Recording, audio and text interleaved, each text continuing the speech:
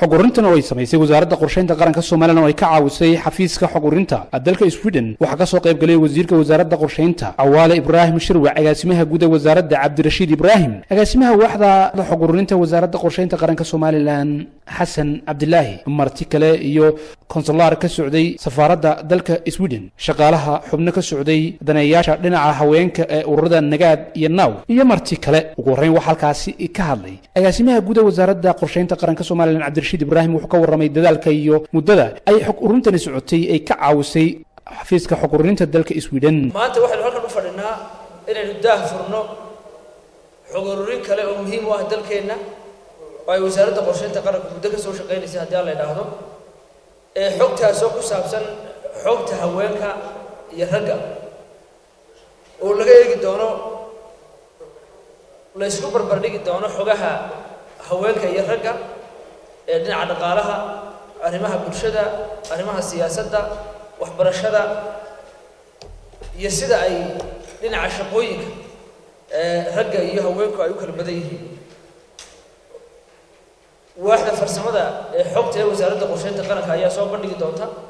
waxaa si rasmi ah u furay wasiirka wasaaradda qorsheynta qaranka Soomaaliland Awaale Ibrahim Shirwa wuxuu ka warramay qodobada uu ka hadlaya ee la xiriira arrimaha haweenka iyo fursadaha u yaala dalka iyo sida loogu baahan yahay in xukuumadahan iyo shacabba looga shaqeeyo sidii fursado ay u heli lahaayeen dumarku dhinaca kala duwan ee adeegyada bulshada wuxuu faa'iido leeyahay marka laga hadlo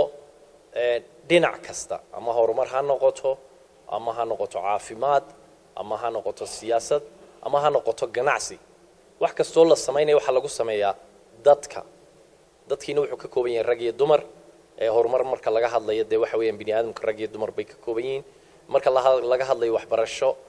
waa rag iyo dumar caafimaad waa rag iyo dumar marka buugani wuxuu marka turjumaya waxyaabaha aynu taabanano oo dhan halka ay kaga jiraan rag iyo dumar marka de ujeedaduna waxay tahay meeshii wanaagsan in la sii kobciyo meeshii liidatana in marka wax laga qabto waxaanay u taalaa anaga xogtaas markaan soo saarnay hay'adihii kale wasaaradihii kale institutionadii kale iyo xataa wadamadii aanu la shaqeynanay wax naga caawiyo marka qaarkood inay marka address gareeyaan ama wax ka qabtaan qaybaha u baahan in wax laga qabto marka ahmiyadda waa taas afka qalaadu ku qoran yahay sidii agaasimihii guud u sheegay uu jiraa wuuna socdaa uu soo baxayaa laakiin maanta kanaanu presentation ka soo dhignay laakiin uu soo baxayaa marka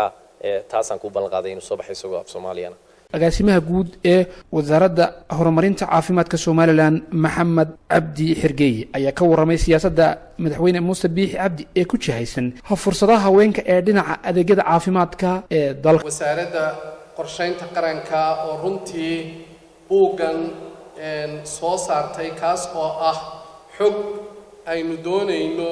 marka xog la helo ayaa dabadeedna tale la helayaa inaynu xogtaa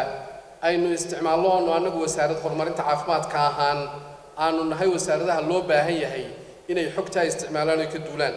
waxaan ballan qaadayaa maanta inaan wasaaradda horumarinta caafimaad ahaan aanu diyaar u nahay inaanu isticmaalno sidoo kale isaguna halkaasi waxa ka hadlay konsular ka socday safaaradda dalka Sweden wuxuu ka warramay dadaalka la geliyay diyaarinta buugan iyo kaalinta ay dumarku ka leeyihiin adeegyada bulshada is doing this work together with the Minister of Planning here in Somaliland. And of course, the statistic book is specifically related to specific in economics, social affairs, but this particular book is about gender. And gender equality is something that is close to the heart of Sweden.